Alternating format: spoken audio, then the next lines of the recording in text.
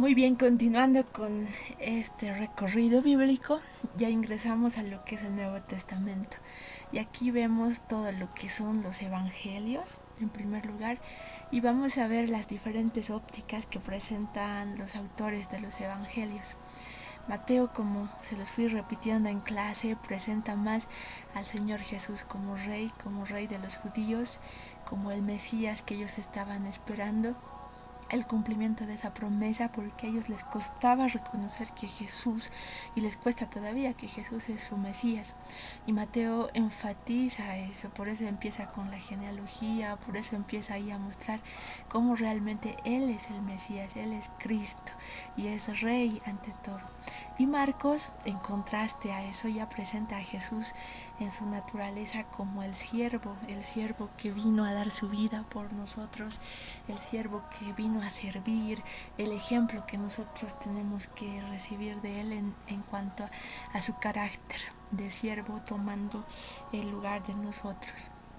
Lucas, por su parte, que es a la vez autor de Hechos, presenta a Jesús como el hombre, el encarnado, realmente el que es como nosotros, sujeto a nuestras mismas limitaciones, misma vida, pero también perfecto en todo, que él siendo hombre fue perfecto. Y Juan lo presenta ya como Dios, Jesús el verbo, Jesús la luz, Jesús el mismo Dios de la creación personificado en Cristo. Entonces ahí tenemos ese contraste de los evangelios y esto se manifiesta en sus versículos claves. Por esa razón Mateo tiene como versículo clave Mateo 27:37, y pusieron sobre su cabeza su escrito: este es el rey de los judíos. Y es lo que él quiso enfatizar, que Jesús es el rey de los judíos. Marcos 10:45 es su versículo clave, porque el Hijo del Hombre no vino para ser servido, sino para servir y para dar su vida en rescate por muchos. Igual Lucas, como decíamos, presenta a Jesús como el hombre, como el perfecto hombre, y como obviamente el encarnado perfecto, sujeto a las mismas circunstancias que nosotros, pero victorioso en todo. Lucas 19:10, porque el Hijo del Hombre vino a buscar y salvar lo que se había perdido. Lucas hace referencia al Hijo del Hombre. Juan 20:31, pero estas cosas se han escrito para que creáis que Jesús es el Cristo, el Hijo de Dios, y para que creyendo tengas vida en su nombre. Entonces, esto es bien importante. Juan desde el primer capítulo empieza a hablar de el principio con Jesús, y es un contraste entre, podemos comparar, mejor dicho, lo que es Génesis con Juan, y empieza con la creación y cómo Cristo estaba presente ahí desde siempre. Ahí tenemos también lo que es Hechos, ya del mismo autor de Lucas, Hechos 1:8, porque el mensaje central de Hechos es justamente la expansión del reino. Hechos de los apóstoles, la iglesia primitiva, cómo se manifestó el Espíritu Santo, cómo empieza su ministerio el Espíritu Santo. Recibiréis poder cuando haya venido sobre vosotros el Espíritu Santo. Me seréis testigos en Jerusalén, en Judea, en Samaria y hasta el último de la tierra. Ese mandato seguimos cumpliéndolo hasta hoy. Romanos, que es la epístola cumbre del apóstol Pablo, porque ahí se especifica totalmente lo que es la gracia, se especifica todo lo que es la justificación, la santificación, la redención, la salvación, y todas las bendiciones espirituales que tenemos en Cristo están expresadas en Romanos. Y por esa razón su versículo clave es Romanos 1:17, porque en el Evangelio la justicia de Dios se revela por fe y para fe, como está escrito: más el justo por la fe vivirá. Este versículo a la vez es también el versículo clave de Habacuc, que está citado en Romanos.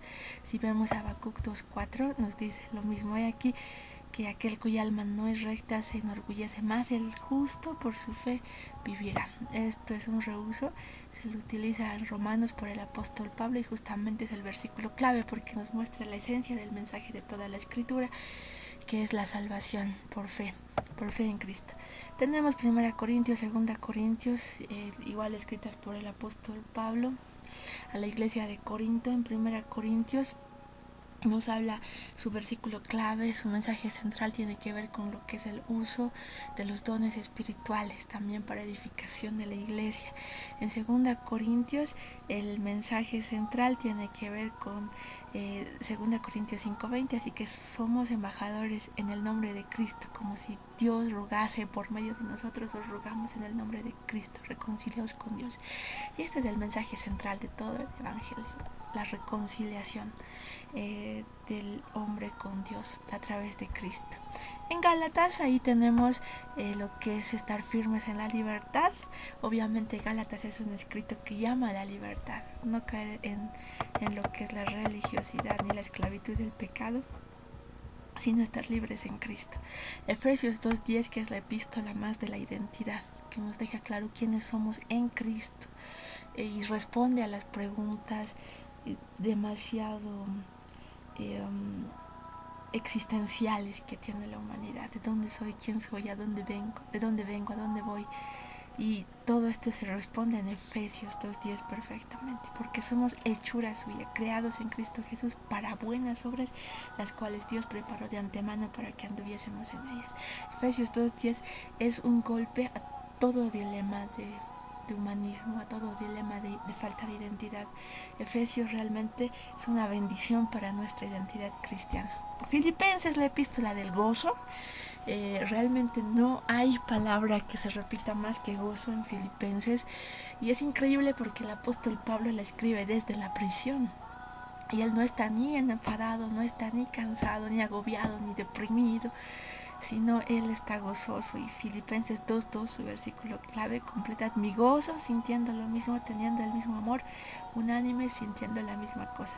Colosenses, que nos habla de la plenitud de Cristo, su mensaje central es ese, la plenitud de Cristo, que todo lo bueno y toda provisión del Señor, todo lo bueno está sujeto a Cristo, a la plenitud de Él, y en Él habita todo.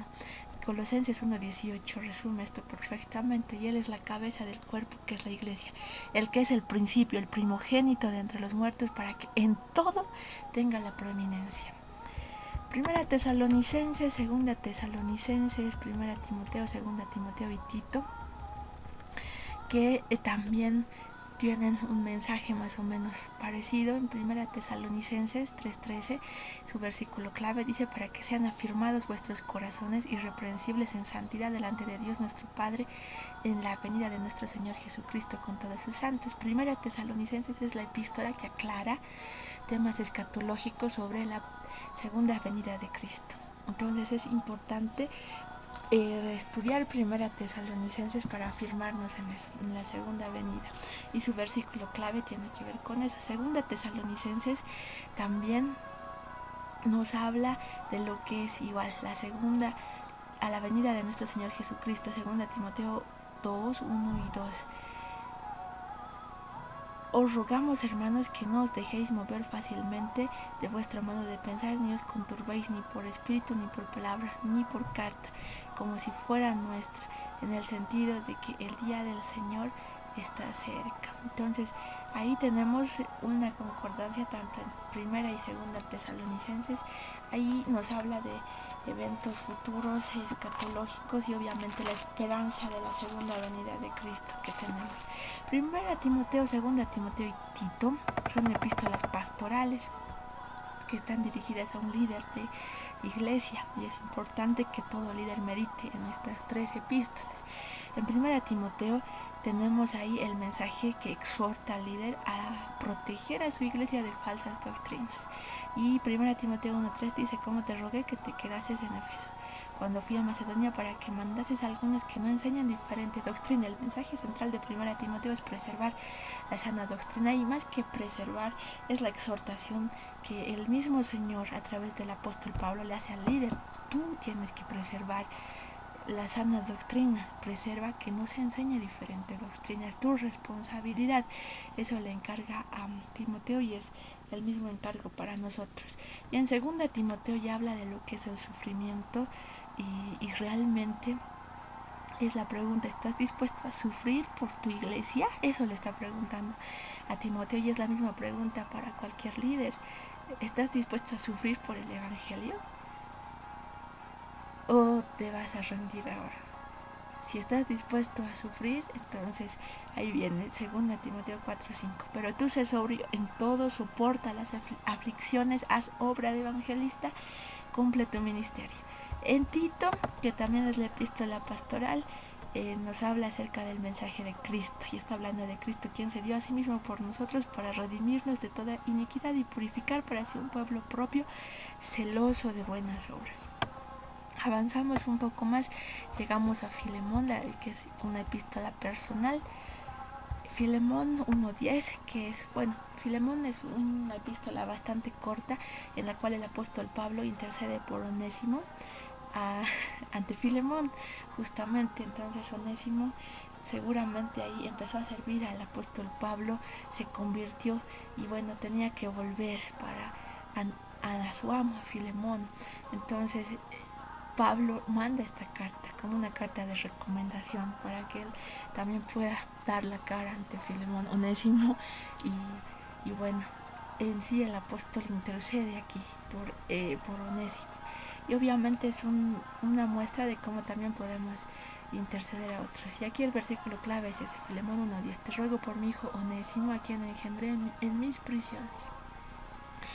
Hebreos 8:6: pero ahora tanto mejor ministerio es el suyo, cuanto es mediador de un mejor pacto establecido sobre mejores promesas. Ahora, Hebreos en realidad es una epístola realmente poderosa, porque hace un estudio de lo que es el Pentateuco, de lo que es la ley, y la contrasta con Cristo, y así leyendo Hebreos uno entiende todo lo que es la ley. El Pentateuco se aclara así como luces, como noche y día, y ahí podemos ver cómo en Cristo se cumplen todas las promesas, y Él es obviamente el sacrificio por nuestros pecados, pero a la vez Cristo es nuestro sumo sacerdote, nuestro intercesor, el que se compadece por nosotros, y Él es lo que es el mediador de este nuevo pacto. Hebreos explica este nuevo pacto que hoy tenemos por fe. Santiago justamente habla de la fe en acción. La fe sin obras está muerta, es un examen para evaluar nuestra fe. Primera Pedro, Primera Pedro nos habla de los padecimientos de Cristo. Primera Pedro es una epístola dirigida para la iglesia que está en persecución, la iglesia que sufre, y Primera Pedro dice justamente eso: gozaos cuando sois partícipes de los padecimientos de Cristo, para que también en la revelación de su gloria os gocéis con gran alegría. Y Segunda Pedro también tiene que ver con lo que es la preservación de la sana doctrina. Es una epístola más dirigida a los maestros y la importancia de preservar lo que es la sana doctrina.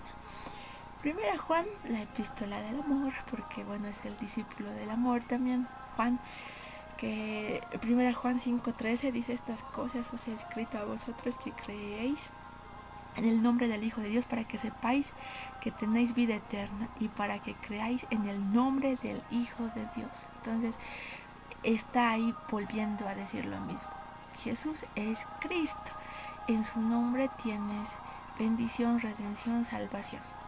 Segunda Juan ya habla de lo que es igual la preservación de la sana doctrina, y le dice: es necesario ver y no decirle bienvenido a quien sea, sino necesitamos siempre guardar la sana doctrina.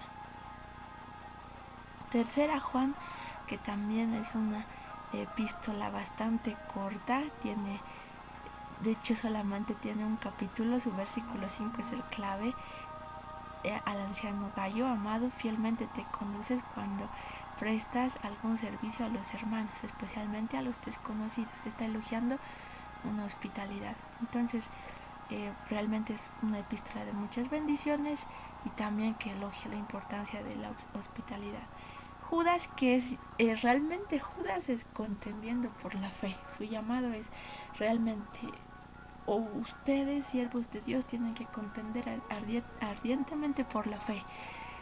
para que se preserve esta sana escritura, que es también el mensaje de salvación. Judas 1:3. Amado, por la gran solicitud que tenía de escribiros acerca de nuestra común salvación, me ha sido necesario escribiros exhortándoos que contendáis ardientemente por la fe que ha sido una vez dada a los santos. Y es importante eso, contender por la fe. Y finalmente Apocalipsis 1:19 resume todo su contenido. Escribe las cosas que has visto, tiene 3 partes Apocalipsis, las que has visto y las que son y las que han de ser después de estas, las que han de venir. Entonces ahí tenemos las 3 partes de Apocalipsis, la parte de descripción pasado, presente y futuro. Entonces ahí tenemos el resumen de todo lo que es este tour bíblico para poder disfrutar las escrituras. Espero que esta herramienta pueda ser de utilidad para ustedes y muchas bendiciones.